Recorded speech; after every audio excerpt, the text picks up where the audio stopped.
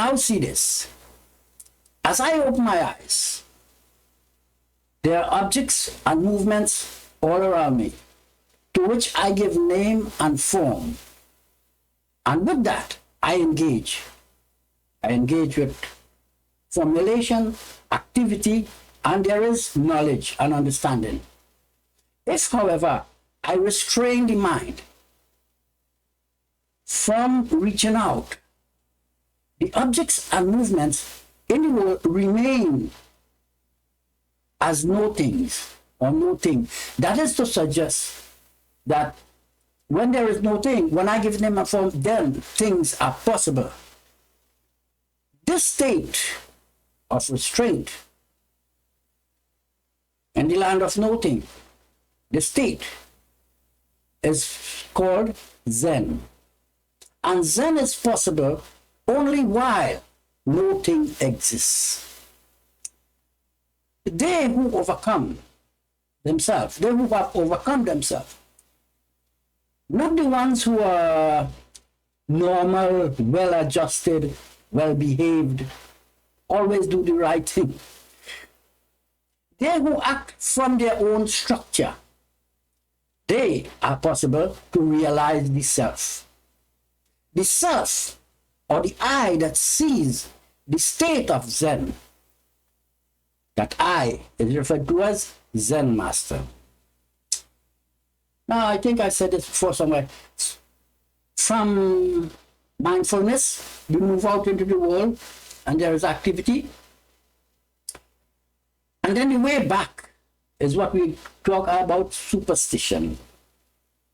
And you will, if you know some story about superstition, it's always about danger, death, dying, evil spirits, and things like that, in the land of nothing. The grandmasters in this field of study are referred to as wizard, witches, shaman, and lately we have all manner of demagogues and demigods, and even politicians.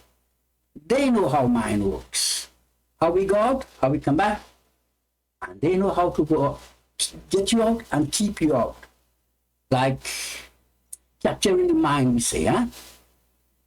Now, the way back is lined with symbols, not as instructions, but only as markers of our position on the way back. And these symbols is what I am pointing to when I say about dreams. When I dream this, that, and the next. These are the symbols. You have to know some symbolism to appreciate this.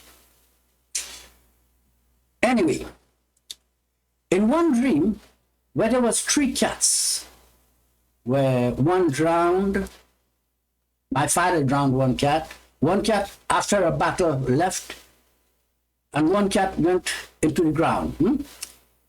And for that I say, as we are moving back, you will find that some things we give up, some things give us up, and some things just fade away with time.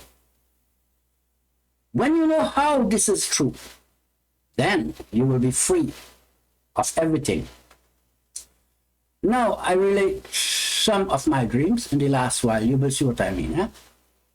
Starting, I think, Friday the 4th. I dreamt I saw a woman who I know, and I know she knows me.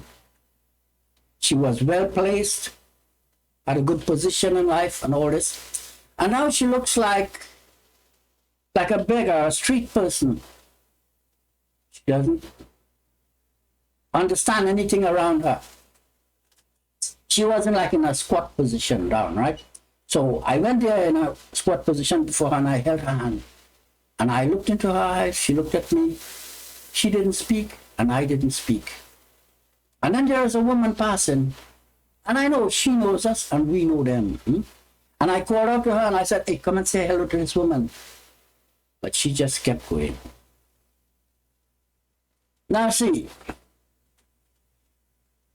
so we will have that state of the 2 women. We are always tracking 2 women in my dreams for a while now. So you have to figure it out.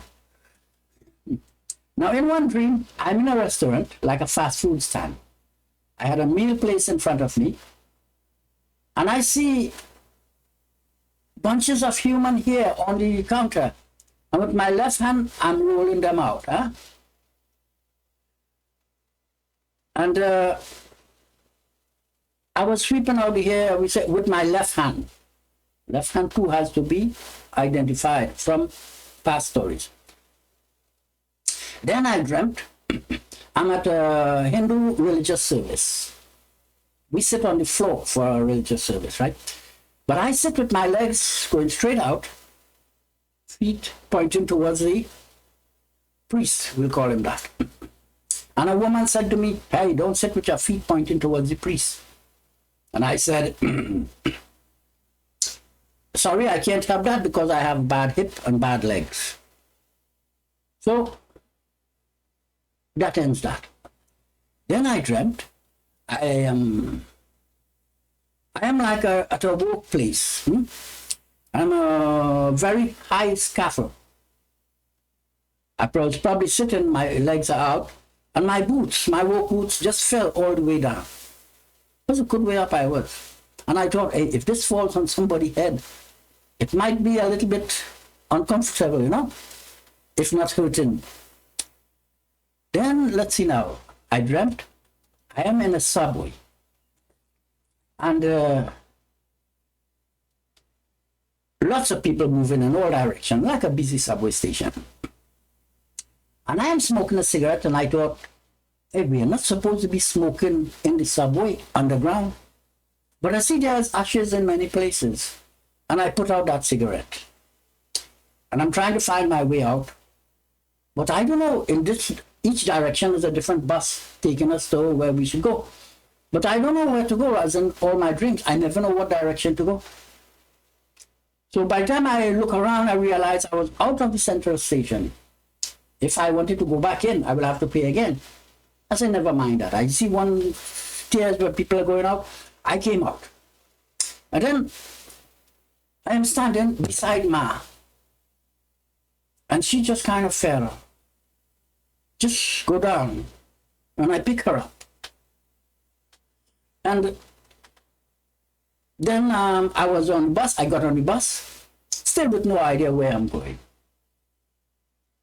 Now see, with Ma in this case, in one dream where I was following Ma across a bridge, and there was water puddles. Ma was walking out, I'm following.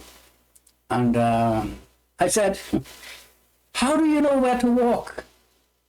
And I wake up with that, and I think to myself, you are such an idiot. Just don't walk in the water. That's how you know where to walk. Now, how can we interpret all these symbols of hair to women, and Ma especially? You see, I was following Ma. See, Ma is like what we call, I don't like to use words like dharma or Tao or Tao or something like that, you understand? But we follow a certain stream in our daily living and in our whole life. Huh? Ideas, I'll do that, everything is set, you see? And now that Ma is following, I pick her up. That is to say, from now on, I am not following. I am leading the way. Which is not different to, remember that dream where I was crossing a narrow bridge and the welder was down below and he let me pass because I knew where I was going. So, the point in all this is that however you see the life and the living, and if you care, I'd say, and you'll find your way back, watch for these symbols. Write them down and build your own stories back. And now,